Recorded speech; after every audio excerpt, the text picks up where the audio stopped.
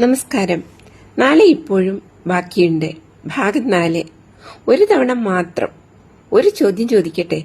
ഒരു തവണ മാത്രം എന്ന ചിന്ത എത്ര ജീവിതങ്ങളെയാണ് വഴിതെറ്റിച്ചത്?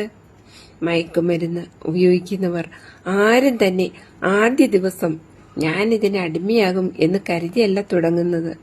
പലപ്പോഴും അതൊരു കൗതുകത്തിൽ നിന്നോ, ഒരു സമൂഹത്തിന്റെ നിർബന്ധത്തിൽ നിന്നോ, അല്ലെങ്കിൽ ഒരു തവണ മാത്രം പരീക്ഷിച്ചാൽ എന്ത് സംഭവിക്കും എന്ന ചിന്തയിൽ നിന്നോ ആരംഭിക്കാം. പക്ഷെ ഒരു കാര്യം ഓർക്കണം, ആദ്യ ഉപയോഗത്തിന് ശേഷം ആരാണ് വീണ്ടും ഉപയോഗിക്കാൻ പ്രേരിതനാവുക, ആരാണ് ഗുരുതരമായ പ്രശ്നങ്ങളിലേക്ക് പോവുക എന്ന് മുൻകൂട്ടി പറയാൻ കഴിയില്ല. അതുകൊണ്ടാണ് ഏറ്റവും സുരക്ഷിതമായ തീരുമാനം ആദ്യത്തെ ഇല്ല പറയുകയെന്നത്. ഒരു ഇല്ല ചിലപ്പോൾ ഒരു ജീവിതത്തെ രക്ഷിച്ചേക്കാം.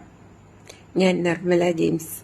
നാളെ ഇപ്പോഴും ബാക്കിയുണ്ട് എന്ന ലഹരി വിരുദ്ധ ബോധവൽക്കരണ പരമ്പരയിലെ 4ാമത്തെ ഭാഗമാണിത്. ഓർക്കുക, നല്ല തീരുമാനങ്ങൾ എടുക്കാൻ ഇന്ന് സമയമുണ്ട്. കാരണം നാളെ ഇപ്പോഴും ബാക്കിയുണ്ട്. നമ്മൾ അറിയേണ്ടത്, എല്ലാവരും ആദ്യ ഉപയോഗത്തിന് ശേഷം ലഹരിക്ക് അടിമയാകണമെന്നില്ല. എന്നാൽ ആരെയാണ് ഗുരുതരമായി ബാധിക്കുകയെന്ന് മുൻകൂട്ടി അറിയാൻ കഴിയില്ല. അതുകൊണ്ടാണ് ആദ്യ ഉപയോഗം തന്നെ ഒഴിവാക്കുന്നതാണ് ഏറ്റവും സുരക്ഷിതമായ വഴിയെന്ന് പറയുന്നത്. നമുക്ക് ചിന്തിക്കാം, ഒരു ഇല്ല പറയാൻ ധൈര്യമുള്ളവരാണ് പലപ്പോഴും ജീവിതത്തിലെ ഏറ്റവും വലിയ വിജയികൾ.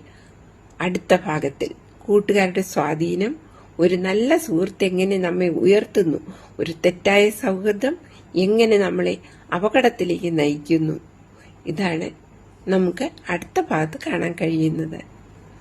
നന്ദി. എല്ലാവരും ഷെയർ ചെയ്യണം, ലൈക്ക് ചെയ്യണം.